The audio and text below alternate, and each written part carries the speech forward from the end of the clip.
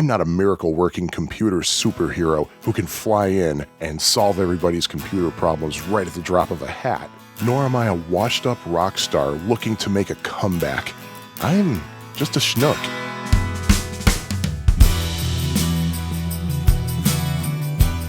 Hi, everybody. All three of you. I thank you for downloading, streaming, whatever, listening, however you're listening, to Chapter 5 of Autobiography of a Schnook. I'm Sean, and I'm a schnook. How have you been? Good. Nice to hear. Oh, that sucks for you, though. Hope things get better. But, I'm not going to talk a heck of a lot during this preamble, as it were, because there's a lot of content this episode. 2 segments, but they're going to be kind of long. But in today's episode, the first segment will be about a previous life of mine. Pretty short, but yet very memorable portion of my life. And I like to call it, Good Afternoon, this is Sean, and you'll understand why. It's about part of my life in tech, specifically dealing with customers. Yeah, something that I'm sure a lot of people can relate to. And due to the nature of the content, I'm just going to warn you now, some of the language is a little bit harsher than I usually use, but anything that is basically not TV friendly has been bleeped. So just be warned about that. And what else can I say but good afternoon, this is Sean. Trying to clean the keyboard with WD-40 and complaining that the keyboard is oily. Trying to use a mouse as a pedal. Typing the sentence, "Are you in?" instead of typing the letters R-U-N. Tech support stories such as these have been going around for decades. How much of it is true? Luckily, you're listening to someone who worked in tech support and can tell you about this and a lot more. It was my first full-time job working the customer support line at Sharp Electronics, specifically in the PDA department. This was back when PDA didn't mean public displays of affection, but personal digital assistant. Electronic organizers, palm-top computers, that kind of stuff. My job at Sharp? Well, taking phone calls from mostly angry customers and helping them with issues with their electronic organizers. There were the models that started YO, which were very basic low-storage organizers that held a small number of contacts, to-dos, schedules, things like that. Next up were the Wizard models, which were a bit more heavy-duty and had some additional features. Wizard model numbers started with OZ, and yeah, I know that O and Z are not numbers, but just stay with me. That was actually an intentional punny model number prefix, because you would think Wizard of Oz. Interestingly, though, in Canada, the model numbers began ZQ for some reason, or, pardon me, ZQ. There was also the Zaurus, which was kind of a low-end palm-top computer, in that you could actually add a few apps. The Zaurus series also had touchscreens. Interestingly, though, in America, if I remember correctly, the only thing America ever got from the Zaurus line was just some simple monochrome super deluxe organizer type things, while the rest of the world got full functional palm-top computers in the Zaurus line. Just Google Zaurus and you'll see what I'm talking about. All those fancy things with the color screens, we didn't have those in America. Sharp also produced a couple of Palm Pilot rivals that were entirely touchscreen driven. During my tenure, they were the SE500 and SE300. There was also a touchscreen-only keyboardless device called the Sharp Newton, which was actually an Apple Newton rebranded in the Sharp name. I guess Sharp had a deal with Apple for a short time. I think during my tenure in the Customer Assistance Center, there was literally one phone call about that device. And even though we had one in the office, nobody knew how the hell to use it. Because, hey, we all remember the success of the Apple Newton, right? But anyway, later on, Sharp rolled out the HC series, the Sharp Mobilon, which were Windows CE devices. I don't know if Windows CE is still around, but it was essentially a handheld version of Windows 95. As much as I hate Windows, I gotta say Windows CE was pretty cool. My first 2 weeks on the job entailed going through training, learning how both to use the products and to talk on the phone using a technique called Phone Pro. I've always been kind of an electronics-minded person, so I could figure out the products very easily and quickly, much faster than the product specialist was going through it. So I was bored, and I couldn't wait to get out of training and onto the phone. And the Phone Pro training was led by a customer service manager named Alan. One of the first things Alan taught us was how to answer the phone. You knew you were on a call when you suddenly heard a dial tone for about a quarter of a second, at which point you greet the customer. Alan taught us that the last thing the customer should hear upon being greeted, and he pointed us to a page in the Phone Pro manual, Y with a line of dashes, F with a line of dashes, and N with a line of dashes. Alan asked if anybody had a thought as to what YFN stands for. After several seconds of awkward, clueless silence, one of the trainees, not me, said, you nitwit? Alan gave him a little side eye and said, no. YFN means your first name. Alan had a really high voice. Good evening, this is Alan. Good afternoon, this is Alan. Good morning, this is Alan. That's how you greet the customer. Good, whatever time of day it is. This is your first name. And then the customer tells you the problem. Alan stressed that we should not add anything to that greeting. He said, don't say Sharp Electronics, this is Alan, because a customer will have been on hold and will have heard the name Sharp over and over during the recorded message. The customer is going to hear Sharp as soon as the call is answered, so the customer is going to be sick of hearing Sharp, so don't put that in your greeting. Interestingly, both Alan and the Phone Pro manual specifically said to end each conversation by saying, thank you for calling Sharp. Thought they were sick of hearing the name Sharp. Oh well. We were also told, don't say, how can I help you? Because that could just open up a huge can of worms. I'll tell you how you can help me, you son of... Anyway, just simply say, good afternoon, this is Sean. Over that training period, we gained some more wisdom from Alan. If the customer asks for a supervisor, nope. The supervisor has enough work to do as it is, and the supervisor will tell the customer nothing that the rep wouldn't have already said. Alan actually said, they don't need to talk to a supervisor. He said if a customer gets to the point that he or she will refuse to talk to anybody but a supervisor, then see if he can pull somebody who's free to play the role of a supervisor. And one of us said, so we're supposed to lie? Alan said, well, no, you're not so much lying as you are playing a role. But Alan said that the reason someone will ask for a supervisor is that the customer does not like the answer you are providing and hopes that someone else will provide an alternate answer that the customer would prefer. And even if the supervisor would say just the same thing, the customer will at least have heard two different people say the same thing, and that could surprisingly alleviate the problem frequently. Alan actually said that if he were on the phone and someone asked for a supervisor, he'd come to me and have me play the role of a supervisor because of my deep voice. He said that if he needs to tell a customer no, it'd be much more authoritative coming from me than from someone with his high-pitched voice. So yeah, if you're on the phone and you ask for a supervisor, you might not actually be getting a supervisor at all. Also, we were told to never, ever hang up on a customer unless it was absolutely necessary. The customer gets progressively more abusive and won't calm down. There's an impasse in which the customer refuses to bend, stuff like that. Basically calls that are going nowhere. Alan told us, if you have to hang up on a customer, let me or another manager know. Then, according to Phone Pro rules, you're supposed to sum up the call with the customer. Sir, you called for help with this problem. I offered to do this for you, which at this point is the only solution. You refused. I explained to you again in more detail why I offered this solution to you. You screamed at me. I asked you nicely to calm down, and you screamed at me louder. I'm hanging up on you. Have a nice day. I swear to God, that's actually the rule according to Phone Pro technique. You end the conversation by saying, I'm hanging up on you. Have a nice day. I never had to do that at Sharp. Years later at another job, I actually did hang up on a customer once, and I kept my Phone Pro training in mind. I told my boss, I said, I've been going around in circles with this person for 20 minutes. I'm hanging up on him. And he said, well, do whatever you have to do. But that's a story for another chapter. One other important thing that I remember learning from my Phone Pro training, your mute button might not always work. Alan told us a story of how somebody was on a particularly difficult call. She hit her mute button and said, bitch. The customer demanded a supervisor and refused to talk any further until a supervisor was on the line. So Alan took over the call, and after he was done, he said, did you call her a bitch? And the tech said, my mute button was on.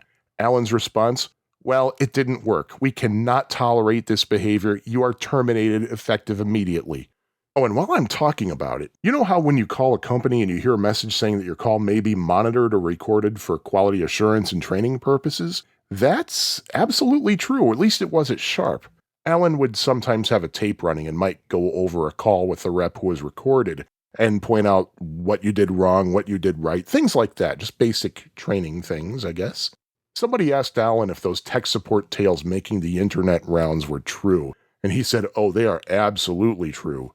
He told us of how Juanita in the fax group had recently received a call from a customer who became known in the call center as the Beam Me Up lady. The reason she earned that nickname is that she called because she couldn't figure out how to set up her brand new fax machine. So Juanita walked her through all the steps and had the customer confirm that everything was plugged in, turned on, phone cable was connected, etc. The customer said, yep, the fax machine's on, everything's connected. So Juanita gave her the phone number to the fax machine on her desk so that the customer could send a test. A few seconds later, a fax started to come through, and she confirmed that it was the document that the customer was trying to fax over. Okay, Juanita said, it looks like you're all set. And the customer said, are you sure? Because I sent the fax, the paper went through the machine, but it came out the other end and I still have it. Think about that for a second. That's why that poor lady was known as the Beam Me Up lady. Before they had us newbies take calls, they had us listen in on other techs taking calls for a couple of days. Sure enough, they were following procedure. Good afternoon, this is Carl. Good afternoon, this is Phil. I noticed that rarely did the calls end with thank you for calling Sharp, though. I will tell you this, counting the calls that I sat in on, although there were some classic tech support moments, they were few and far between, and quite frankly, I don't even remember them, but they actually did happen. I did get some very laughable tech support questions. Most of the stuff I had to give tech support on were helping to get their PDAs to sync up with their computers. Our devices supported almost exclusively Windows. A couple of them had very limited Mac support. This was before Steve Jobs was finished reshaping Apple back into a credible computer company. And this was before USB was a thing, mind you. The devices had to connect to the computer via a 9-pin serial port. Because modems were becoming standard in computers and modems used serial ports, the most common problem was that the modems were interfering with the PDAs and vice versa. And forget it if you had an IBM ThinkPad. Those things were notorious for randomly reassigning serial ports to different computer addresses on the fly.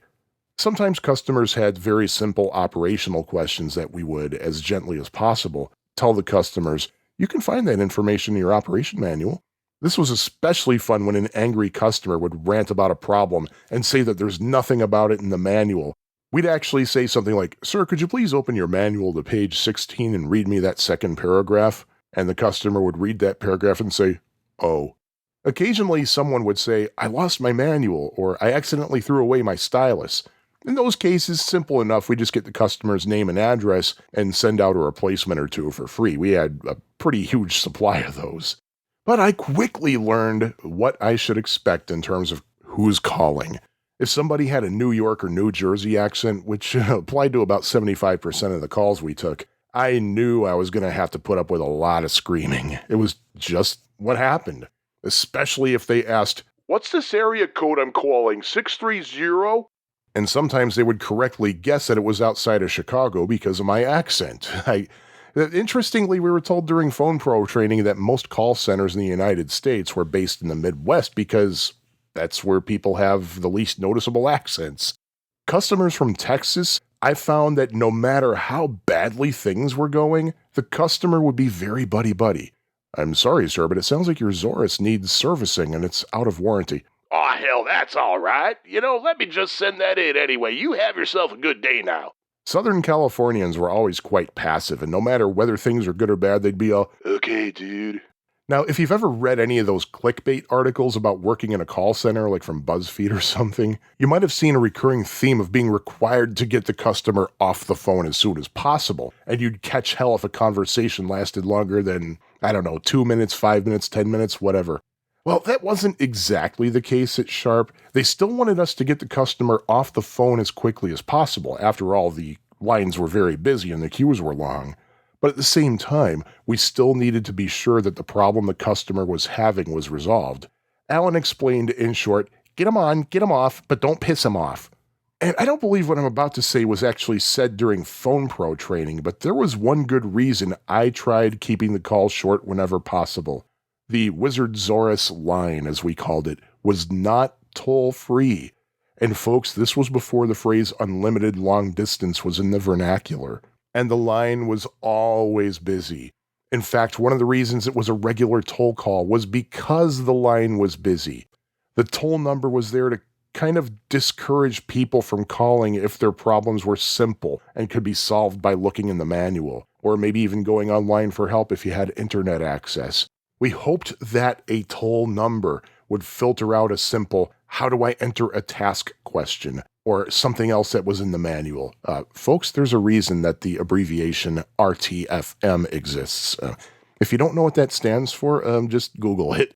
We hoped that the toll number would basically limit the calls to people who were having serious issues that weren't addressed in the manual, but the line was jammed. As a result, there were long hold times, and honestly, the customers would let us know about those long wait times. When I get one of those calls from New York and they started lecturing me about their long-distance calls, I so wanted to say, well, you're only making your phone bill worse by bitching about it. Just get to the point. But what actually came out of my mouth was, I'm so sorry you had to wait. Please let me see if I can help you out. I know this call is costing you. On our cubicle walls, there was a script we were supposed to read if somebody complained about the number not being toll-free anymore. I refused to read that script because it was marketing bullshit, plain and simple. Something along the lines of, the Customer Assistance Center established this line to better support the more difficult challenges some of our customers might encounter. Our toll-free number is still available for customers who need assistance with computers, calculators, and fax machines. Thankfully, nobody gave us a hassle if we didn't read that script, but man, it was hell having to put up with angry customers who called the toll-free number only to be told that they have to hang up and dial the toll number. Our incoming phone boxes literally didn't have a way to transfer somebody from one line to another. We can only transfer customers to other reps. That's it. Almost equally headache-inducing was getting a call from a customer having a problem with an electronic organizer, asking that customer for the model number, and being given a model number that starts EL. That wasn't a device that our line supported. The toll-free line supported that one. The problem was that even though the packaging and the actual device had the phrase electronic organizer on it, the EL devices were considered to be calculators. So that's why the toll-free line supported those things. Believe me, I really did want to help these people, but I literally could not, because we just plain didn't have any of those EL models on site, and ergo none of us had any idea how they worked. You can imagine how ticked off someone would be waiting on hold for a long time on a toll number, only to be told to wait on hold for a long time again on a different number. But back in Phone Pro training, Alan told us that any time and every time we put a customer on hold, apologize, even if it's only for a second. He told us once when he put a customer on hold, he apologized when he got back to her. I'm so sorry for the wait. She said, oh please, that was only a minute, it's okay. To Alan, a minute was a long time though. But I kept that in mind though. To this day, if I ever have to put someone on hold, I apologize both before and after. At Sharp, I would say something like, I'm so sorry, but I need to put you on hold for a moment. I know this is costing you, so I'll be as quick as possible. I found that if I add the phrase, I know this is costing you, that helped ease tensions a bit. A little sympathy can go a long way. If I really got lucky, the customer would respond either, oh, that's okay, this is a company phone, I'm not paying for it. Or I'd get one of the rare cases back then in which somebody actually did have one of those newfangled unlimited long-distance plans. Going back to Sharp and tech support, though, there was one thing that you could do on, I think, every device we supported, and it was called the master reset. This was basically just a way to reboot your device. Usually it involved powering up the device while holding down the reset button, usually requiring a paperclip because it was in one of those tiny little holes, or holding down a certain key combination while powering up the device. Basically, it would clear out any garbage that might be lingering in the device's memory. The screen would usually ask you, are you sure you wish to delete all your data? And you'd type either a Y or an N. Naturally, unless you wanted the thing wiped clean, you would hit N. This step often proved to be a panacea, and it was documented in the manual too. But when in doubt, do a master reset. That was our mantra. If I was on the phone with a customer and the problem just wasn't going away, I would tell the customer, All right, that didn't work, so let's try a master reset. Of course, the customer would usually say, won't that delete everything? So I learned to actually lead off that step by saying, now I'm going to have you do something that will make the device ask you if you want to delete all of your data. You are going to tell it no. Still, even then, though, about 50% of the time, the customer would say, are you sure this won't erase my stuff? My answer was always, as long as the device is working properly, your data will be perfectly safe. I learned as a high school freshman taking a required computer literacy class how important that disclaimer is, as long as your device is working properly. My computer literacy teacher said that computers will always do exactly what they're supposed to do as per the programming, unless there's actually a true physical problem with the computer. But getting back to that master reset, perhaps one of my most memorable experiences at Sharp regarding the master reset wasn't actually a customer I was talking to. I overheard part of the conversation. Good afternoon, this is Larry. What? Your cat threw up in your Zaurus? Well, did you try a master reset? Really, what else could you tell that poor customer? Speaking of feline protein spills, it was also, well, interesting dealing with customer fallout if the warranty was voided. The warranty on all 60 or so of the devices we supported was a year from the date of purchase. If anything went wrong with the device due to poor construction, like it suddenly died with no explanation with no signs of damage, the device is eating up battery power like there's no tomorrow, it's not actually storing any data, stuff like that, Sharp would service or replace the device for no charge. If you didn't have a proof of purchase, Sharp would use the serial number to determine when the device was manufactured. If that date is within a year, then obviously it's still within the warranty period. I think, at least during most of my tenure, the policy was to allow, 2 months leeway to account for the time that the device likely spent between the time it left the factory and the time it was actually purchased. For some devices, the servicing would entail an actual repair, but some of the smaller devices, like those cheaper YO models, they would usually require a complete replacement. In fact, one of our customer service specialists once overheard me tell a customer, send in your organizer, they'll try to fix it, and if they can't fix it, they'll give you a whole new one. John, we had two guys named John, actually, one with an H, one without an H. John without an H was walking by my desk at the time, and he frantically waved his arms to try to get my attention. He signaled me to put the customer on hold. So I did, and he said, no. Do not tell the customers they'll get a whole new one. Say they'll get another one. And the reason that he told me this was that in most cases, the replacements would actually be refurbished units, not new ones. The warranty on refurbs was only 30 days, or however long was left on the original warranty of the customer's device, whichever period was longer. There were 4 designated service centers in the country, if I remember correctly. The smaller, less powerful organizers would go to a third-party facility in Gardena, California. By the way, folks, that's Gardena, not Gardenia.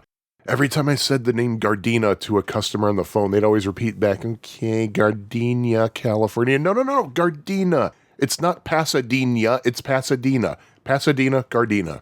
Got it? Good.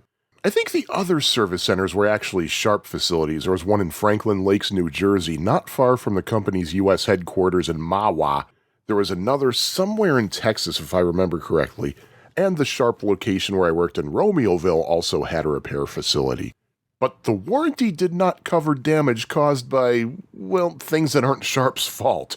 If your Zaurus gets zapped because your cat barfed on it, sorry, that voids the warranty, as Sharp does not promise that the product will work if it gets wet because, well, it's an electronic device. Water plus electricity equals We also didn't cover cracked LCDs because, well, LCDs do not crack by themselves. An LCD does not crack because of poor workmanship, but because of some external force. If it came out of the package that way when you bought it from the store, then it was the customer's responsibility to take it back to the store. I had a customer call once because his LCD cracked and he had no idea how it happened. He was a 10th grade high school teacher. He had to leave the classroom for a moment and he left his organizer on his desk. And when he got back, suddenly the screen was cracked and had a black splotch. He had no idea how that could have happened. I said, were your students in the room at the time? He said, yeah. Gee, it is indeed a mystery how that might have happened.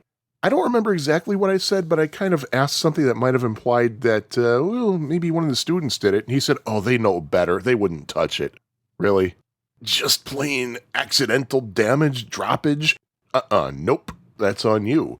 Manufacturers don't cover accidents. After all, it's your fault if you let something damage your device. As you probably gathered from what I just said, I had quite a few times when customers' devices were toast. I would have happily forfeited my salary in exchange for $1 every time I heard someone say, "But my whole life is in there!" However, that forfeiture would also have come with a clause that allows me an extra 50 cents for not saying, if your whole life fits within the contents of that glorified calculator, then what does that say about your life? Oh man, how I had to bite my tongue. I've had a lot of those customers tell me that they weren't so upset about the organizer not working as they were about potentially losing all their data stored in that organizer. The thing is, these things were not meant to replace address books, whatever, but to put that information in something portable that you could easily carry around in your pocket. It even said that in the manual. And because they were electronic, they were susceptible not only to just normal wear and tear of everyday use and being portable, but also to electrical anomalies. Many cheaper electronic organizers, not just the ones from Sharp, but other companies as well, like Casio, these devices would store information via a charge from a backup battery and thus were susceptible to data corruption that would render the organizer inoperable. That's the nature of an electrical charge. When this would happen on a Sharp device, the LCD would give you a message along the lines of, "Your data has been corrupted. Press Y to delete all data." Believe it or not, there were some competitors of ours out there whose products wouldn't even give you that message. If the data got corrupted, it would simply erase itself clean. At least the Sharp organizers, when the data got corrupted, they would give you that little warning. But we'd get a lot of phone calls about that data corruption message. Customers would ask what to do. Of course, officially, the only thing you could do was to delete everything and start fresh. And this was documented in the manuals, too. And of course, I'd hear the $1 sentence, "But my whole life was in there!" Man, I remember one day when my coworker Patrick received a call and I saw his face turn white and his jaw drop. He put the customer on hold and grabbed as many supervisors as he could track down. And I overheard the conversation. He said, "I have a lady on the phone who said, 'My son just died. I need to call everybody to tell them and give them details about the funeral. All their numbers are in my organizer, but it's telling me that my data is corrupt.'" Patrick said, "What do I tell her? She just lost her son. The last thing she needs right now is to hear that she can't call anybody." But unfortunately, the agreement was there wasn't really anything that could be done. Patrick just had to, as sensitively as possible, tell this poor woman that it's unrecoverable. Usually if a customer got me and got that data corrupt message, I would ask the customer to try a master reset, but I'd say it's not likely going to help you though. But believe it or not, there were times when it actually worked. They do the master reset, and suddenly they're able to use their organizer again and their data was still in there. At the advice of John with an H, our main product specialist, in these cases, I would warn customers that there's still some kind of data corruption in there, something that the organizer cannot handle, and before long that message will come back. I would tell that customer, please make a backup immediately, then wipe out the organizer and reload it. I would always emphasize the importance of having some kind of backup, and I would implore the customer to keep a backup, even if it were just the old-fashioned pen and paper kind. But of course I did have some memorable calls myself, but never to the degree that Patrick had to deal with. One in particular that I remembered was a guy named Carl, and he was from Southern California, and he actually had me on the phone for 5 hours, walking him step by step, keystroke by keystroke, getting his organizer to sync with his computer, and eventually it worked. Calls would normally not last nearly that long, but you can't hang up on the customer. But throughout the conversation, Carl would occasionally tell me about his roommate and how he'd love to set me up with her. "Oh, Sean, she's a bombshell. You should come out here and meet her." Sorry, Carl, but I heard you ask if those were her cigarettes on the coffee table. Smoking is a deal breaker. At least in those 5 hours, I did help him get everything working, and he was quite happy, actually. Another time I had a customer with a mobile on who started off the conversation by saying, "Hello there, I have an HC 4500 mobile on which I've named Betsy, and I am an honest-to-God certified rocket scientist. But despite that, I can't figure out how to get this thing to talk with my computer. Can you help me?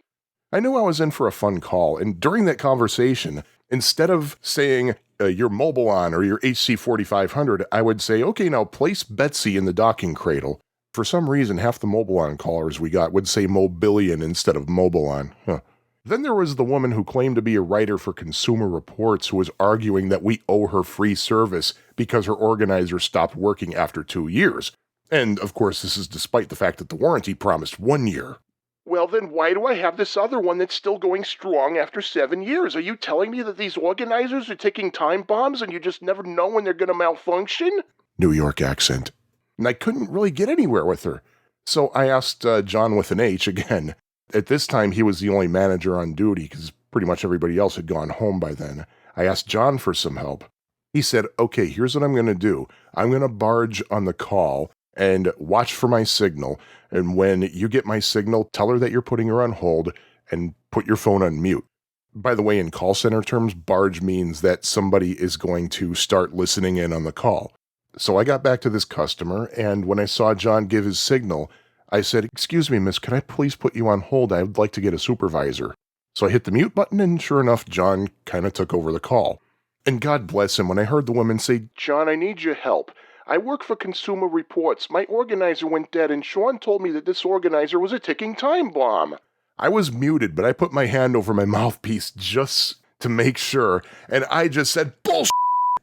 John saw my reaction, and he said, no, ma'am, I was monitoring the phone call, and that's not what Sean said. Here's what he said. Here's how you interpret it. I don't think she was happy with the overall outcome of the call, but looking back, I think that lady wasn't necessarily being entirely truthful about being a Consumer Reports writer. She may have been not lying, but playing the role of someone who works for Consumer Reports, perhaps to leverage the situation into her favor, much as a customer service rep at Sharp or anywhere else might play the role of a supervisor. Well, then again, technically, John really was a supervisor. Oh, speaking of time bombs, one day, John with an H, he called all us phone reps together for a quick 2-minute meeting. He said that he had just talked to a customer who told him that one of our reps said that one of the organizers was being recalled because of a tendency to explode.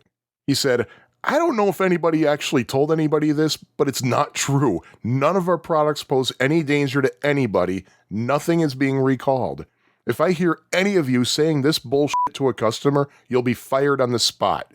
He did conclude the short meeting by saying that he doesn't believe that any of us actually told anybody that, and he did add, he didn't sound like a psycho or anything. Now, I personally never heard of exploding organizers in my time at Sharp or other potentially dangerous situations, but there was a common issue that did concern a lot of customers, and it made them worry that the batteries would leak or explode. Specifically, we'd get calls from customers saying that the batteries were literally stuck in the device, and sometimes the device would just plain not work in these strange situations. And I would say, that's weird. What model do you have? Invariably, it would be a model that used AAA batteries. Then I'd say, are they Duracell batteries by any chance? And just as invariably, yep, they were Duracells. We learned that Duracell AAA batteries were manufactured ever so slightly larger than other AAA batteries, and a few of our devices had just enough clearance for most AAA batteries. I'd ask the customer to carefully use a butter knife or flathead screwdriver and very gently is it possible to gently force a battery out? Oh well, I'd say just as gently as possible, force the battery out and try a different brand of AAA batteries in the device. And sometimes the customer would actually have another brand on hand and put those batteries in, and poof, it worked. I would always end these conversations by disclaiming that Sharp has absolutely nothing against Duracell, and that I personally use Duracells all the time, which was and still is true, by the way. But for this particular device, use another alkaline battery like Energizer or something else that's kind of high-powered. Crazy thing is, over 20 years later, Duracell still makes their batteries a tad larger than everybody else's, because I recently encountered stuck Duracell syndrome in a TV remote. One of the more memorable calls I got started like this. Good afternoon, this is Sean. Hi, Sean. Before I start with my problem, I just want you to know that I'm a nun, and I can sense that you want to help me. Yeah, I absolutely did want to help her. I mean, after all, it was my job.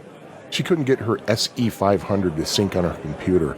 I walked her through all the troubleshooting steps that I knew, but unfortunately she still couldn't get her device to sync up, and I was fresh out of ideas. At the time, I was what was called a level 2 tech, and in situations like this, I'd have to transfer the customer to a level 4 tech. Personally, I never did really know why there wasn't a level 1 or level 3. If I ever told a customer, I have to transfer you to a level 4 tech, and the customer said, well, whatever happened to 1 and 3? I'd just say, well, a level 1 is a level 2 in training, and a level 3 is a level 4 in training. A level 4 tech generally was much more adept at solving device-to-computer connectivity. Eventually, they just christened all of us as level 4 techs without any special training. It was basically a wave of the hand, really. But getting back to the nun, I had to inform her that I had to transfer her to a level 4 tech. I put her on hold and tried to transfer her to the level 4 people, but I was getting a busy signal.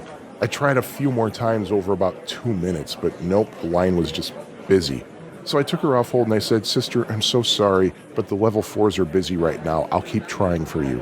And she said, I already told you, Sean, I'm a nun. I can sense that you're trying your best. It's strange. 16 years of Catholic school, and never once was I told that nuns are intuitives. Anyway, remember how I said that during training I couldn't wait to get out of training and start taking calls because I was so bored?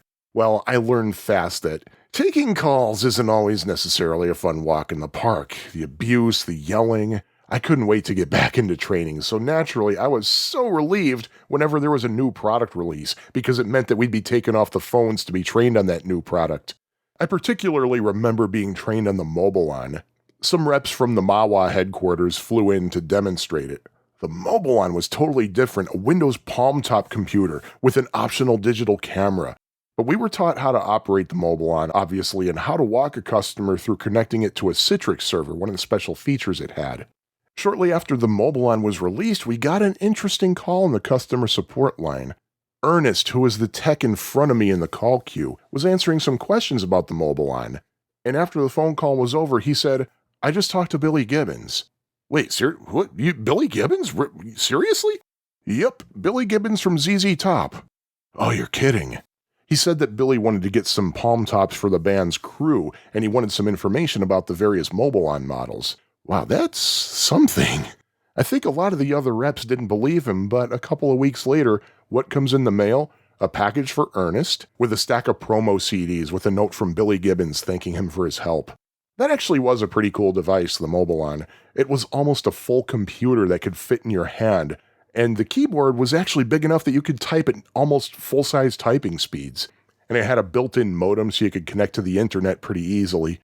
Perhaps the most fascinating call I got wasn't from an angry or confused customer, but from someone who took the effort to make a long-distance call to our tech support line that was notoriously busy to tell me he discovered a way to get 2 different Sharp organizer models to send data back and forth, even though technically they weren't supposed to be compatible with each other.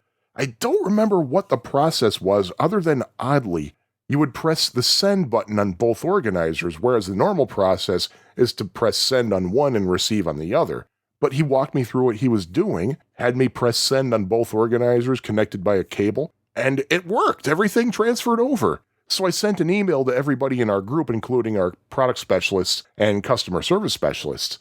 Well, shortly after that, my boss walked over to my desk with a cardboard box, which put me in a panic because from watching other people when Craig approached their desks with a cardboard box, it meant you were being fired. Craig said to me, I need you to log off the phone. Oh, crap, what did I do? He handed me the cardboard box, and it was full of different organizers. And he said, and I need you to spend some time with these.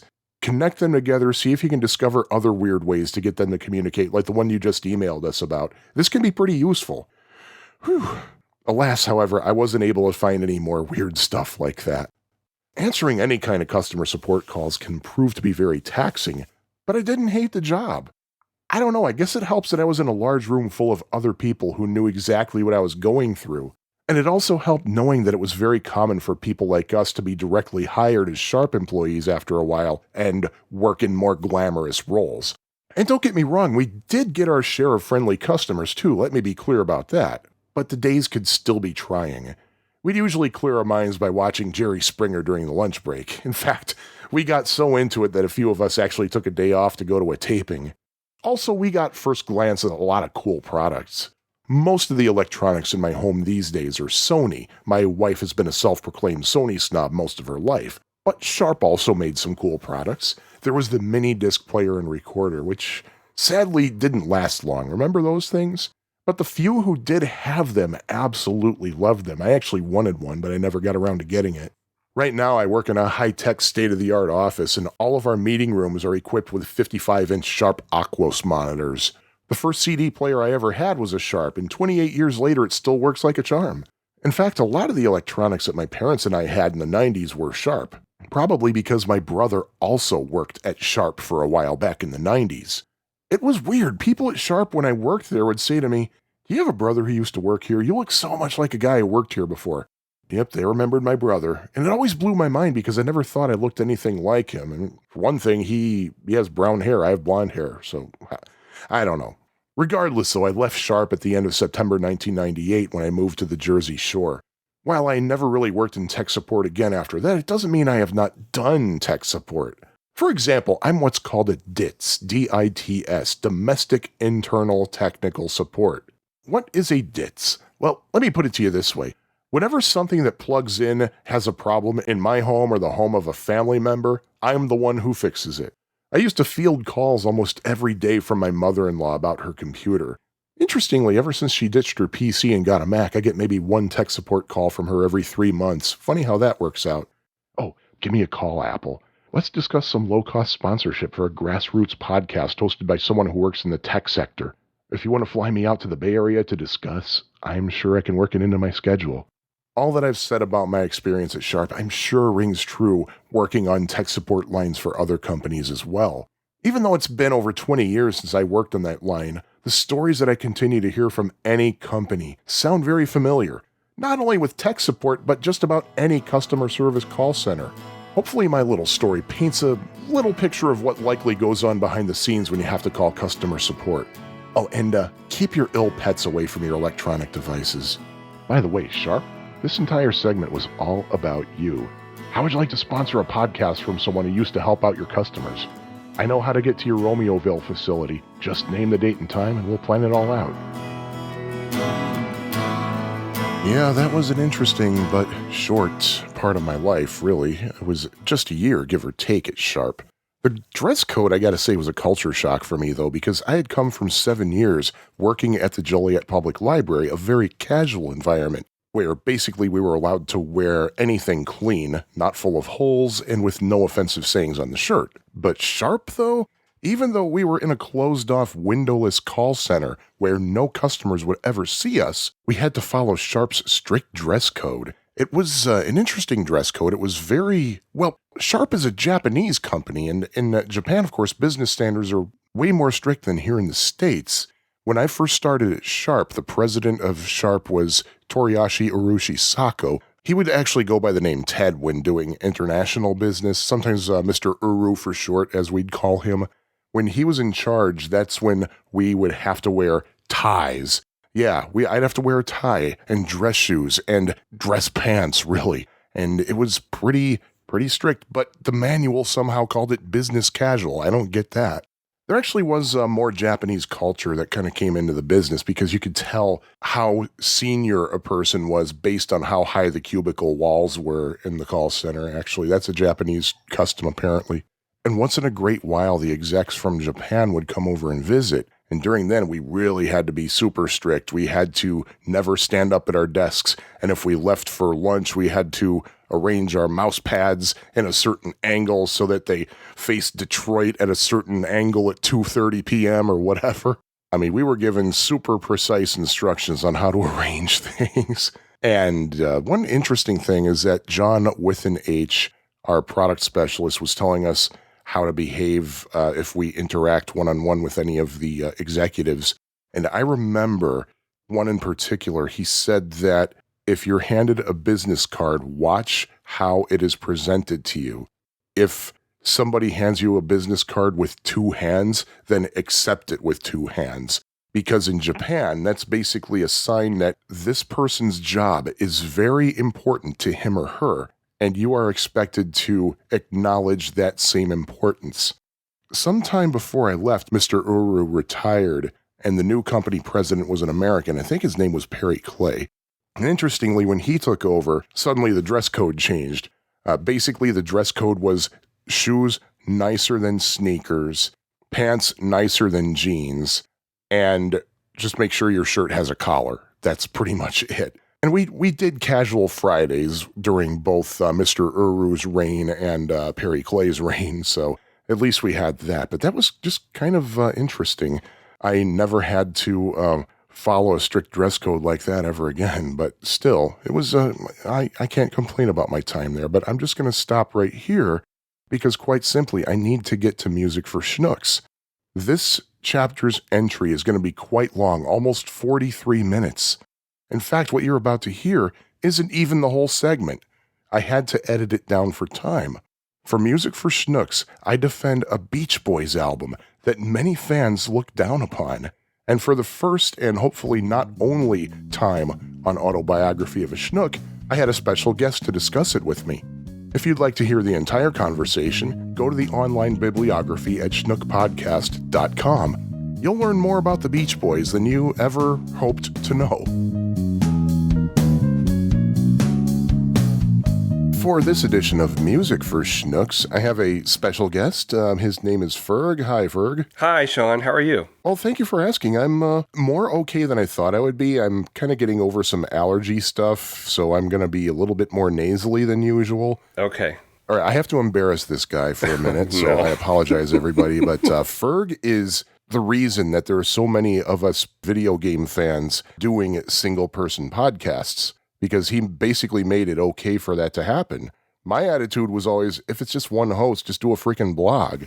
But you can't read a blog while you're driving or taking a jog or whatever it is, but that's why a one-host show is a good thing. And Ferg does a really good job. He's doing the Atari 2600 game-by-game podcast. And if you are into classic video games, please listen. I will put a link to that in the online bibliography. And he is also the co-host of Please Stand By with Kevin Zerb.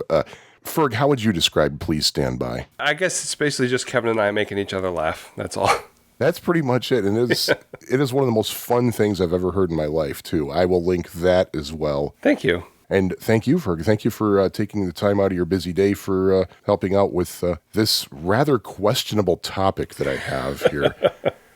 I don't consider it questionable, but okay. Yeah, you and I don't, because we're both fans of the Beach Boys and, well, most of the stuff that goes along with being a fan. Yeah. And the reason I say most of this stuff is because we're going to talk about a topic that not really a lot of people agree with us about. Their 1976 album, 15 Big Ones, a copy of which I have right here in my hands for reference. Me too. A lot of people don't like it, and I can't really say that I blame people for not liking it, because let's see what was happening in the world of the Beach Boys. It was the first album that the Beach Boys had put out since 1973, and in 1973 they put out an album called Holland, which was really one of their finest moments of artistry, really. Yeah. What happened between 1973 and 1976 is, well, for one thing, I can't really assume that everybody listening knows what the heck we're talking about. Right. So you got your classic Beach Boys lineup of Brian Wilson and his brothers Dennis and Carl, their cousin Mike Love, and their friend Al Jardine.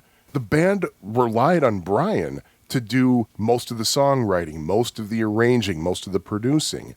Starting probably in the late 60s, he was kind of withdrawing, if you will. Mm-hmm. As the years kind of were going on, Brian was withdrawing further and further and further. And in 1973, he was really starting to just go completely out of it. And it didn't help that the Wilson brothers' father, Murray, had just died. Yeah. I think it was right around there when Brian was really, really starting to get in a really terrible place. He was spending a lot of time in bed. He was stuffing his face with junk food and cocaine and pretty much on the verge of death.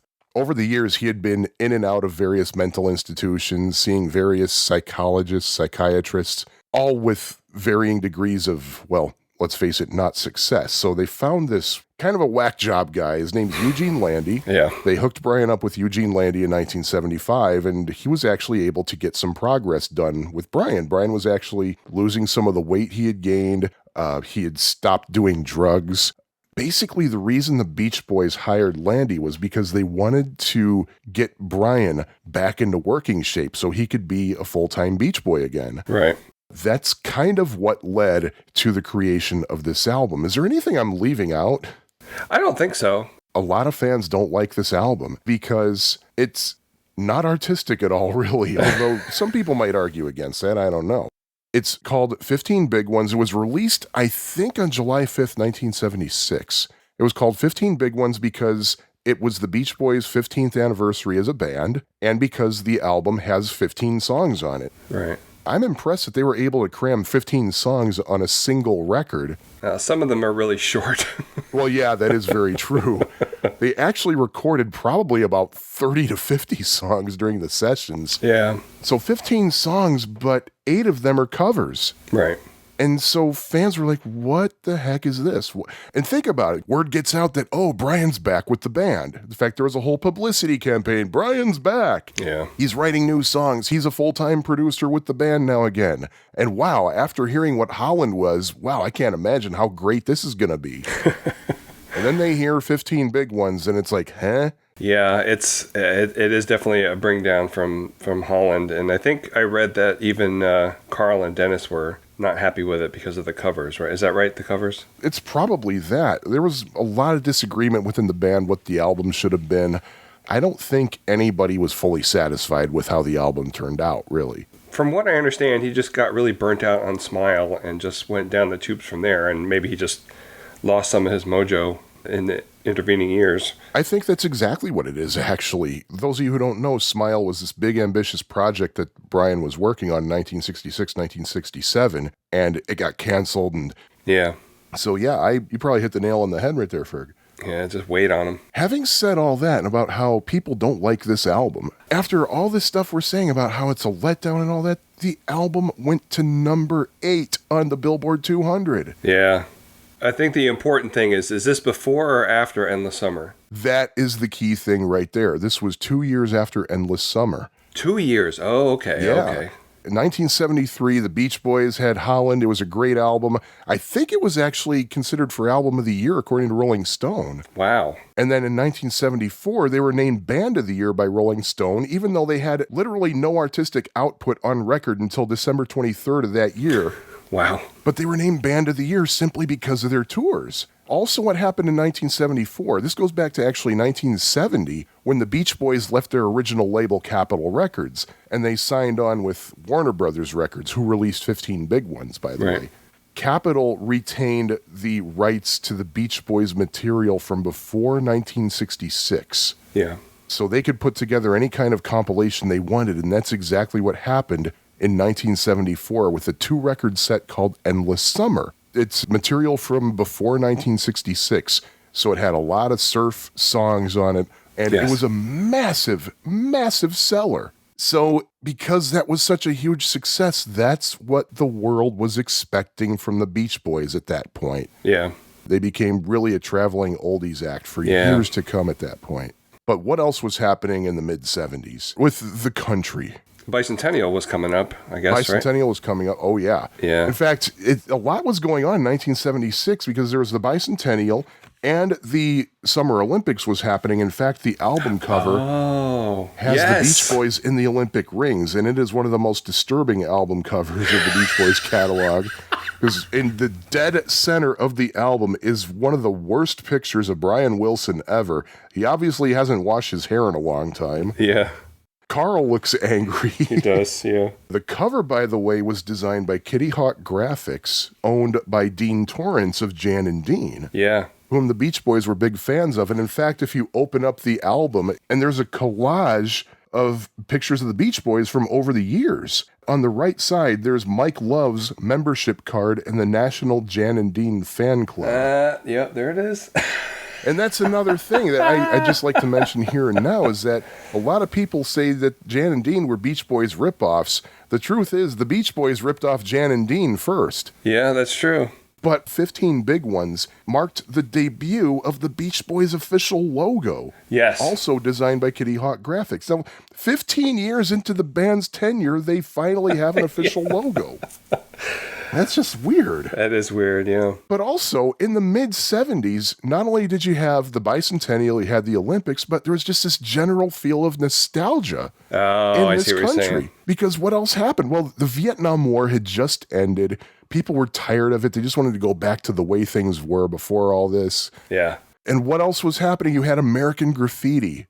Yep. Which, by the way, ended with the Beach Boys all summer long. That's right. And after American Graffiti, you saw more of Ron Howard and Cindy Williams. You saw Ron Howard in Happy Days. Yes. More nostalgia. Our country just turned 200. Everything was red, white, and blue. And I mean everything. Everything you bought in the store was red, white, and blue, and stars and stripes, and yay, yep. USA. And what's more American than the Beach Boys? Right. They have a new album out. Let's look at the songs. Oh, look at they're doing Chuck Berry, rock and roll music. Oh, wow, Blueberry Hill, I love that. In the Still of the Night, oh my God, the Beach Boys doing that. Oh, this is going to be amazing.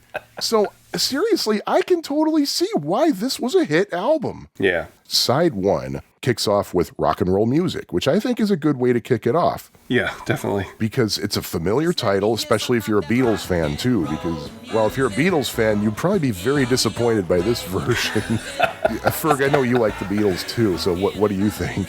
Yeah, I would agree with that. I do like the background vocals, but I'm not sure why they're saying rockin' and roll the second time through. It's kind of weird. That is a Brian Wilson obsession that still affects his music to this day, actually. That was actually released as a single in May of 1976, and it actually went to number 5 on the Hot 100. Yeah, I remember hearing it when I was a kid. Is this the start of Brian's obsession with the farty synth bass, as we like to call it? Well, that's what I was going to get into next, actually. I don't know if you remember WNEW when you lived in New Jersey. It was every once in a while they would play, they edited together the 3 versions, the Chuck Berry, Beatles, and the Beach Boys version. Oh, really? I never heard that. Yeah, I wish I could find it, but all those weird little things that they did on that station, I wish I could find, but I can't. Now, speaking of the farting synthesizers, at least for me personally, the very first hint of the farting synthesizers comes in the next track, It's Okay. Okay. It's Okay was recorded partly in 1974, partly in 1976. Written by Brian and Mike Love, and it was the second single off the album, released in August 9th, went to number 29, and what's interesting is they used It's Okay later on as the B-side of It's Getting Late in 1985. Really? Those of you who've never heard any Beach Boys stuff from 1985, you do not need to be told it's from 1985. No. But hearing that and then flip over the record and hear It's Okay, and especially because Dennis Wilson has a very prominent vocal part toward the end. Oh, I love that part so much. And it's classic Dennis, too. Yeah. If you were going to assign him a part, that would be the one. Find a ride! Yeah. It's like, wow, Dennis has been gone for a year and a half, and here he is on our new single. Yeah. Yeah, that's a little weird. This is my favorite song on the album. I absolutely love the song. I wasn't familiar with it until I started getting into the Beach Boys at the turn of the century or so, or at least the later stuff. I was pretty much just a surf Beach Boys until maybe about 98 or so when I got Pet Sounds. And then, so is the fact that the recording was started in 74, is that why Ricky Fataar is on it? I was surprised to see his name on this record. Yeah, I'm guessing that's why. And for those of you who don't know, Ricky Fataar was from a band called The Flames. They're based out of South Africa. Carl Wilson discovered them and signed them to the Beach Boys label Brother Records. And at that point, they renamed themselves The Flame. And Ricky was still is an amazing drummer. He currently, and actually for the past 20-some years, he's been Bonnie Raitt's drummer. Really? Yeah. I love It's Okay personally. I love it as well. It's so much fun. If you like classic Beach Boys 60s stuff, It's Okay is so much fun. Yeah. It's like Do It Again, Part 2.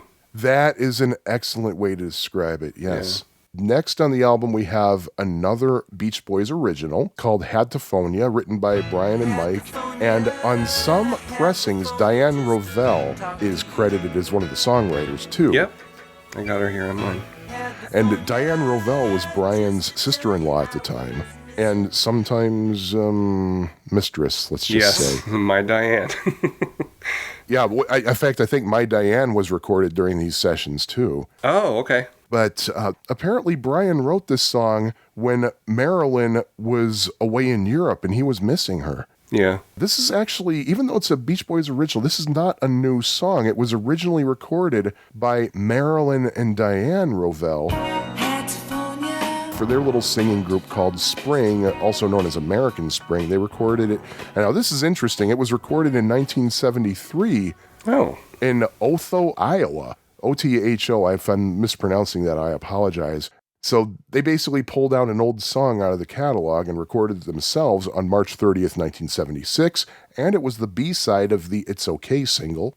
Every Beach Boy gets a turn at a lead vocal on this song. They all get a couple of lines here and there. Yeah, there's a couple of songs like that in their catalog, I think. What is very eye-opening about this song is at the very end, you hear Brian's 1976 voice for the first time. Yeah. Come on and answer the phone. And Brian Wilson, who, those of you who don't know, if you're familiar with, say, actually any of their early 60s stuff, that was his voice doing all the high notes. Mm-hmm. But this time you hear Brian, come on and answer the phone. And I've heard a couple of explanations for that. One explanation was that Brian was always kind of shy about his high notes, and so he wanted to adopt himself a low and manly tone for later on, so he trained himself to go that low. My wife puts it best. She says his voice sounds like an ashtray. Yes. Yeah. Brian, I think, he did so much abuse to himself that I really think it's a side effect of all the smoking and all the cocaine will do that to you too. Yeah, because another song we'll talk about later, you can hear it cracking. Yeah. Yeah. I like this song. Like you said, it's a very sweet song. I'm not sure if the clarinet necessarily works in this song, though. But I do like it. Now, I'm looking at this record, and Dennis Wilson is all over this on drums. Did he really play the drums on all these songs? Seriously, he probably did. He did? Okay. He became a good, solid drummer. Yeah. And I wish I could lay claim to this discovery, but I can't because somebody pointed it out to me. There's a part of the song, I visualize that you're looking fine. Oh, that part. Yes. Somebody pointed that out to me, how that melody comes from Guess I'm Dumb. I visualize that you're looking fine. Feels so good when you come on the line. Well, I give in when I know I should be strong. I still give in even though I know it's wrong. Know it's wrong. Oh, I'm not familiar with Guess I'm Dumb, so... Oh, my goodness. Ferg, I know, as soon I as we're know. done here, you need to listen to Guess I'm Dumb. Guess I'm Dumb, for those of you who don't know, in 1965, Brian Wilson left the Beach Boys touring band and just relegated himself to writing and recording at home and in the studio. Glenn Campbell stepped in to take his place on the road for a while. They invited him to be a permanent Beach Boy, but he said, no, thank you. I'd like to take a stab at having a solo career. So as a thank you gift from Brian to Glenn Campbell, he produced and wrote a song for Glenn called Guess I'm Dumb. And part of the melody of Guess I'm Dumb is actually in Hadtophonia. Okay. Mind blown. Yeah. Speaking of mind blown, before we recorded, I was telling Ferg how fascinated I was at what I was finding out. The next song, Chapel of Love.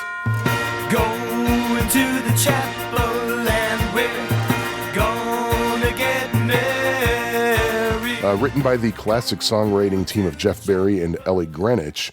And Phil Spector's name is attached to the song as well. Yeah. When you see the title Chapel of Love, what comes to mind, Ferg? The Dixie Cups. Big hit for them in 1964, number one hit, but it was first recorded by Darlene Love in April of 1963. Really?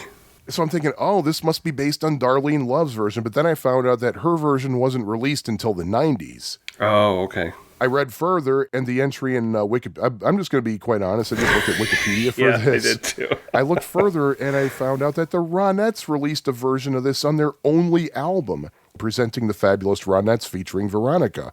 Huh. This is almost a note-for-note remake of the Ronettes version. Ah, okay.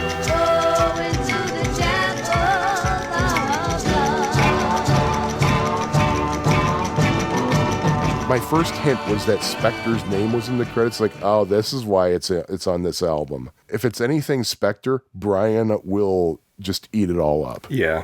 I don't care for this version of it, and I am a sucker for chimes. I love songs that have chimes in them, but I don't know, that all the vocalizations that Brian does in the background, I don't like that at all. Oh, okay. Yeah, I don't like this version. Yeah, actually, I've never heard a version of Chapel of Love that I like. Oh, okay. And next on the album is a song called Everyone's in Love with You. This is written by Mike Love. I thought it was a nice song. I don't know about you. I agree. And notice that I said thought. And I'll get into that later, but some fun facts about Everyone's in Love with You, besides the fact that it's one of very few songs entirely written by Mike in the Beach Boys catalog. Tony Tennille is on one of the background vocals. Yeah. The song was released as a single on November 8th, 1976, and it did not chart. I liked this song until I saw a video of the Beach Boys' 1977 concert at the Capitol Center in Largo, Maryland. Mike's introducing Everyone's in Love with You, and he said that it was about Maharishi Mahesh Yogi. I was like, oh, I mean, I got nothing against transcendental meditation or people who practice it, but I am a little bit creeped out by Maharishi worship. Yeah, I hear what you're saying. I did like the song. I'm not really much of a lyrics guy, so the lyrics don't bother me. And, George Harrison, I love all his music, and he's pretty much, it's either, you can't tell if it's about a woman or if it's about God, so. Is that Carl doing that high thing in the beginning? I really like that part. It's either Carl or Tony, or it could be Al. Al could do the high notes too. Oh, that's true, yeah. A lot of times I get him and Brian mixed up. Oh, yeah. But Ferg, I absolutely cannot wait to talk about the next song. Okay. Talk to Me, which was written by Joe Seneca. It was originally recorded and released in 1959 by Little Willie John. I was surprised at how many people actually recorded the song between 1961 and the time the Beach Boys did, because I'd never heard of it until this album. And the answer to the question why on March 19th, 1976 did the Beach Boys record Talk to Me under the direction of Brian Wilson, it's because of Jean Duchamp in 1961. Okay. She recorded it then, and guess who produced it? Phil Spector? Phil Spector. And Carl Wilson sings a really, really nice vocal on it. It is very nice. Yeah, I like it. Now, the reason that I couldn't wait to talk about this song, just right in the middle of the bridge for no reason at all of a sudden, Comes from Tallahassee. they go into Tallahassee Lassie, which isn't even listed on the album anywhere. No, just says medley. That's it. It says medley, and it's not even credited anybody. There are no songwriting credits. But Tallahassee Lassie, for the record, was written by Bob Crew, Frank Slay, and Frederick Picariello, I think it's pronounced. And it was a hit for Freddie Cannon in 1959, went to number 6. I don't know why this was recorded. It could have been influenced by Freddie Cannon because, spoiler alert, there's also Palisades Park on this album, also a Freddie Cannon song. Or it could be because Jan and Dean recorded it in 1963. Oh, okay. I originally thought before I started listening to the album again this week that it was edited in, but it doesn't sound like it is. Yeah, it really doesn't, especially because it comes to a complete stop and then talk to me. So weird. So anyway, we move on to song number 7, which is one of my favorite songs in the Beach Boys' entire catalog, actually. Oh, okay. It's a song written by Brian Wilson and Mike Love, and it's called That Same Song. It's a very gospel-y song. It's a good sing-along song. It is so much fun. We're singing that same song. Brian sings lead on it with his 1976 voice, but it actually works, I think, for this. It really does. Yeah, I agree. There's a clip of the Beach Boys singing this at the Alexander Hamilton Double Rock Baptist Church in California, singing it with their choir. The clip is on YouTube. It's actually from a TV special the Beach Boys did in 1976 to kind of promote the whole Brian's back thing. Yes. But that's where that came from. It was produced by Lorne Michaels. A lot of people have seen the clip of Dan Aykroyd and John Belushi making Brian surf. Yes. That's from that special as well. But it's not Brian's first or last stab at writing a gospel song. There was He Come Down on their 1972 album, Carl and the Passion's So Tough. Oh, yeah, I like that song. That was very gospel-y. And in 2005, he had a song called Walking Down the Path of Life. Huh. But Ferg, your thoughts on that same song? Yeah, I had not seen that clip from the TV special until this week, and I'm really glad that I watch it because it's really, really good. He seems to be more into this song than some of the previous ones he's sung so far in the record. Yeah. There's that stray hand clap that he does while he's singing. Yes. That I love that so much. Yeah, he was clearly having a good time. Yeah, and it shows in the clip too, the TV clip. The next and last song on side one is TM's song, written, or at least credited only to Brian, and TM being Transcendental Meditation. This is one of the songs Ferg was talking about. I was like, well, it's impressive that the Beach Boys crammed 15 songs on one record. And Ferg said, well, some of them are very short. This is one of them. Yeah. It is actually sung by Al Jardine. It starts out with this it sounds like a bunch of guys arguing in an alley or something. Yes. Hey, listen, I saw the whole thing, and you keep out of it. If nothing else will convince you that the Beach Boys cannot act, Yeah. maybe with the exception of Mike. He poured it on a little thick though. But what do you think about TM's song? I don't like this song. Really? Yeah, No. I find it kind of charming. I find it kind of cute and charming. And I have a theory about this. When Brian was with Eugene Landy in 1975, 1976, part of Landy's program was that he would have Brian sit down and write some songs. He said, just write a song, just a simple song, whatever. Just about something you do every day, something you observe. And this might be a result of one of those songwriting sessions. Oh, okay. It's a very short song, comes to a very abrupt ending, and that's side one of 15 Big Ones. 8 songs, wow. That's a lot. After hearing all those 8 songs, and people were so excited by those that they flipped the record over, couldn't wait to hear more. Yes. Side B, or as it says on the album, B side starts with Palisades Park, which is another thing that could easily attract people. Beach Boys doing Palisades Park, wow. Yep. And Palisades Park is a defunct amusement park in New Jersey, right across the river from Manhattan, if I'm not mistaken, shut down September 12th, 1971. Wow. Palisades Park was written by Chuck Barris. Yes. That's interesting. Side 1 starts with a Chuck Berry song. Side 2 starts with a Chuck Barris song. And it was a number 3 hit for Freddie Cannon in June of 1962 on the Swan record label, which I believe Dick Clark founded. Oh, yeah, you're right. I think you're right, yeah. You know who else released it in 1962? Was it Phil Spector? I don't know. Oh. Actually, Jan and Dean. Oh, okay. Carl Wilson sings this with... Carl Wilson had 2 different voices. He had his beautiful angelic singing voice, and he had his rock and roll voice. Yes. And he sang this a little bit on his rock and roll edge. And he did a good job on the vocal, I think. Yeah, I like this. I don't personally, but that's only because I don't... No, I'm going to be honest. I don't like the song, period. It has nothing to do with the Beach Boys. Gotcha. If you look at the credits on Palisades Park on the album, it's the Wrecking Crew playing the instruments, including Plas Johnson on saxophone. What's Plas Johnson's claim to fame, by the way? For me, it's the sax solo on Going Down by the Monkees. That was Plas Johnson? Oh, my God. Yeah. Whoa. I did not know that.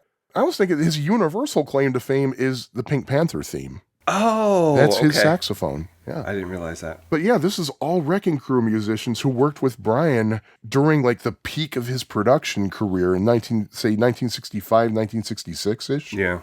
So you got Hal Blaine on drums, Julius Wechter on other percussion, Weil Ritz and Ray Pullman, Steve Douglas, and all the Beach Boys are on it. Except for Dennis. Dennis isn't on it. Oh, that's true, yeah. Do we need to say anything further about this? Do you have anything further about it?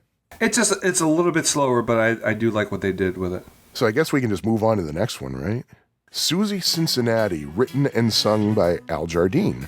And this is kind of a peculiar song for various reasons. I mean, the song itself, personally, I think it's a really good song, but it does have its peculiarities. For one thing, this is the song that was recorded in Brian Wilson's house. Yeah. The recording dates that I was able to find, October 28th, 1969, December 1969, and January 1970. One of the other peculiarities, besides being a really old recording that's on this album, is it was the B-side of 3 different singles. Oh my gosh. It was the B-side of Add Some Music to Your Day in February 1970, Child of Winter, which was released on December 23rd, 1974, and it was the B-side of Everyone's in Love with You. That's crazy. Oh, yeah, by the way, this is interesting because if you look at the final credits in the album, it says Bruce Johnston appears courtesy of Equinox Records. Yeah. It's because he was an actual real Beach Boy at the time of the recording of Susie Cincinnati. Yeah. But he quit the band in 1972, and he didn't come back to the band until about 1978, 1979. Right. So basically, he had to be treated as if he were a guest for this album. Drums, by the way, were played by Dennis Dragon, who was the brother of Daryl Dragon, also known as the captain of Captain and Tennille. Yep. I like this song very much. It's looking at it now, it's pretty much just the Beach Boys with the Dragon Brothers and Al Jardine. I love Al Jardine. I love his voice. Some of the songs most of the songs he wrote, I don't really care for it too much. But this one, it kind of cooks along a little bit, and I love that little harmonica bit that Brian does at the beginning. Oh yeah, I love that. I love Susie Cincinnati. It's a great rocker. It's a wonderful jam, and this is one of the reasons that I say that I personally think 15 Big Ones sounds better on vinyl than it does in any other format. I'm not one of these people who says, "Oh, vinyl, yeah." It's like, to me, it depends. It depends on how well it's mixed and mastered. And I think this song sounds awesome on vinyl. There's just something about it just kind of gets pushed out of the speakers, and there's a great bass response to it. And sometimes Al does it in concert when he performs with Brian Wilson. Al is also part of Brian's backup band now. Yeah. I guess it's just like that it was released 3 times as a B-side. Yeah. And then finally as an album track. Yeah. Song number 3, we're going to another cover here. It's called A Casual Look, and it is written by Ed Wells. It was a number 25 hit for Ed Wells' singing group called the 16s. Yes. Did you hear that version? I did not hear that version. I really like it. I'm surprised I hadn't heard it because I grew up listening to doo-wop on the radio. Oh, my really? dad, so yeah. I like this quite a bit. I like this song a lot. I thought, and I didn't look at the credits for a while, so I thought it was their own song. Oh. And I like that they, like they did with G by the Crows and Smile, they kind of put, what was it? Sincerely by the Moonglows towards the end? Like the backing vocal part. Oh. The do-do-do, do it, oh, that I part. didn't know that. Yeah, wow. That's what it sounds like to me. That sounds like what they did, That's a darn good observation there. Yeah, we got Al Jardine and Mike Love first on the first verse, then Al Jardine. Why is this song recorded on this album? I was looking hard to see if there's a Phil Spector version or a Jan and Dean version, but no, I couldn't think of it. The only thing I can think of is this might have been kind of a compromise. Well, if we're going to put all these covers on here, Mike probably said, well, I want to have a say in what goes on this. I'll bet this was his request to put this song on the album, given that number 1, he sang lead on part of it, and number 2, Mike went to Dorsey High School, and he hung out with a lot of the black kids there and doo-wop fans and stuff, so he was exposed to a lot of that music, and he was a big fan of that stuff. And that's part of why the Beach Boys touring group currently does Duke of Earl. Oh, I didn't know that. Yeah, he was a big doo-wop fan, so that's my guess as to why A Casual Look is on this. It's a really good rendition of it. It is, yeah. I really like it. Moving on, track number 4. This is interesting. We're 4 tracks in. Track 4 is another cover, Blueberry Hill. Al Lewis and Larry Stock wrote the lyrics, and Vincent Rose wrote the music. And this song is actually a lot older than most people realize. I believe it was first recorded by a lot of different performers in 1940. Oh, really? And actually, Glenn Miller's orchestra had the first hit version of it. It went to number 1 in 1940. I had no idea. And of course, the most famous, popular version, of course, was Fats Domino's version, which went to number 2 in 1956. A lot of Wrecking Crew players in this. Steve Douglas, Jay Migliore, Hal Blaine, Julius Wechter, Carl Fortina again. Tommy Tedesco was on this. There he is. Ray Pullman on bass. Oh, here we go. Bruce Johnston on piano. So that's probably another reason why he's credited as part of Equinox Records. This was probably recorded the same time that Palisades Park was, given the musicians. Yeah, that's true. Yeah. So what do you think about the Beach Boys version of Blueberry Hill? I don't really like what they did to it. It's kind of like what John Lennon did with Sweet Little 16, is just slowed it down and put weird horns on it. Yeah, I don't like the John Lennon Sweet Little 16 either. But I actually really like Blueberry Hill. I love the beginning part where it's just the bass and Mike singing along with it. Oh, yeah, I'll give you that. I'll give you that. That is really cool. I do like that part, yeah. I really liked where they were going at first, but then when everything else came in, it's like, okay, it's pretty much just like the rest of the album, really. Yeah. The next song is Back Home, written by Brian Wilson and Bob Norberg. Now, this is an old song, right? Very old, yeah. It was first recorded by the Beach Boys in 1963. Interestingly, there would be another recording of Back Home in 1970, or 1969 maybe, and Al Jardine sang lead on that version. It's not 100% the same song. The lyrics are totally different. The melody is a little bit different. One thing I find especially interesting about Al Jardine singing the 1970 version, in the officially released version in 1976, a state is mentioned. What is that state, Ferg? Ohio. Which is where Al Jardine grew up. Ah. I just thought that was an interesting coincidence. Yeah, Al was born in Northern California. I think he lived there until he was like 6 or 7 years old. Then they moved to Lima, Ohio, and I think when Al was a teenager, they moved to L.A., Hawthorne, California, actually. Where else are you going to learn so much about Al Jardine besides Autobiography of a Schnook? Right. Oh, maybe the Sail On podcast, which Yes. I'll link to in the bibliography. Now, Ferg was quick to mention that this was a really old song. Yeah, it was 13 years old when the Beach Boys recorded it for this album.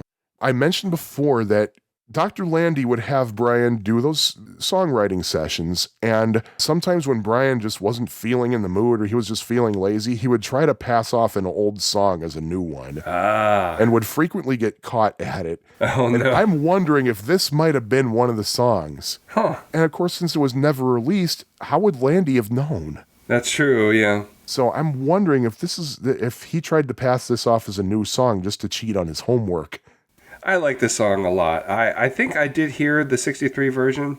I do prefer this one, even though... Oh, me too. Yeah, even though his voice cracks on there, it's another sad vocal part of the album for me with the Hadophonia. The thing is, I really think Brian was having fun with this. I think so, especially too. Especially he's like, I do Ohio. Yeah. 'Cause he did not do that in 63 or in 99. No. And this kind of reminds me of... like Busy Doing Nothing and I Went to Sleep, just kind of an observational song about what he's doing right at the moment. Interesting. Never thought of that. And boy, Carl is really the star of this one music-wise, isn't he? He played pretty much almost everything on this. Bass, guitars, harp. I wonder if they mean like harmonica harp. Oh, yeah, probably. I wonder. But yeah, I like this song. This is a really good song.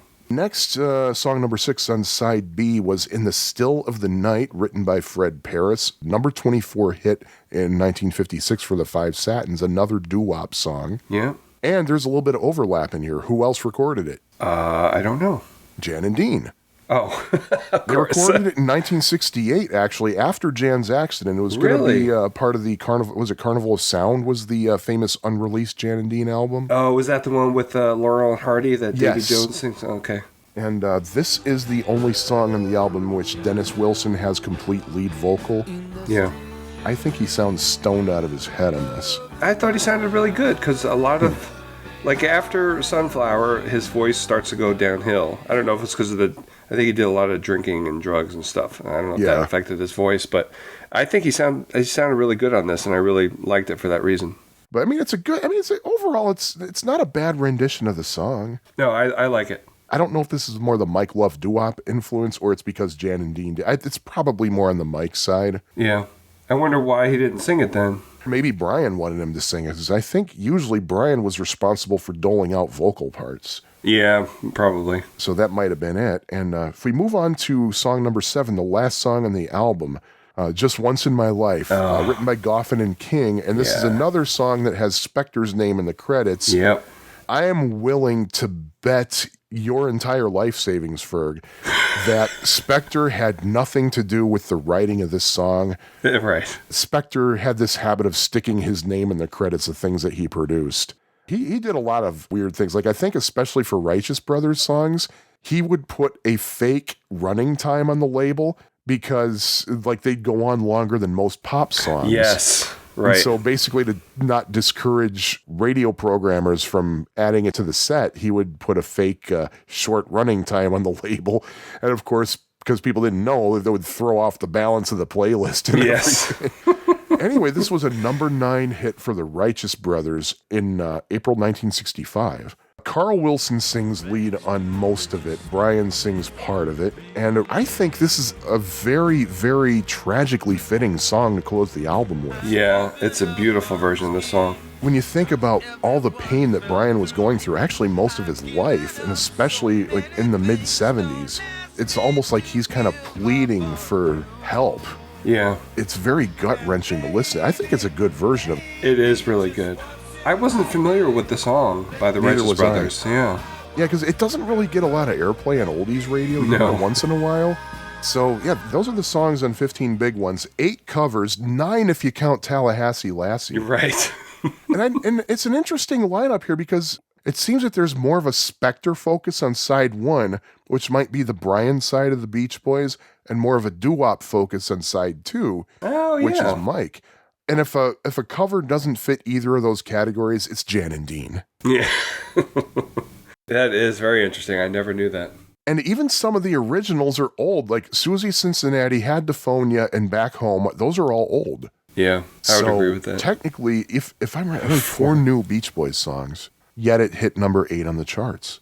Yeah, it's pretty amazing. But yeah, I think what a lot of people did was they bought Endless Summer. And they're like, oh, you know what? There's a new Beach Boys album with, let's check out all these. Let's get this one too. Yeah. It had a hit single on it. So I can kind of see why it was actually a hit. But fans did not like 15 Big Ones. That's all there is to it. At least the fans who never strayed from following the Beach Boys, especially the ones who actually bought Sunflower when it first came out. Yeah. Endless Summer was probably like the biggest help and the biggest curse that they had.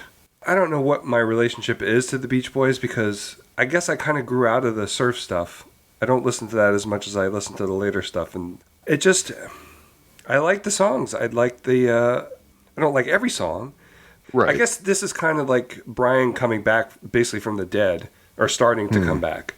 And he's trying, and you can see that in the songs that are the original ones that he wrote.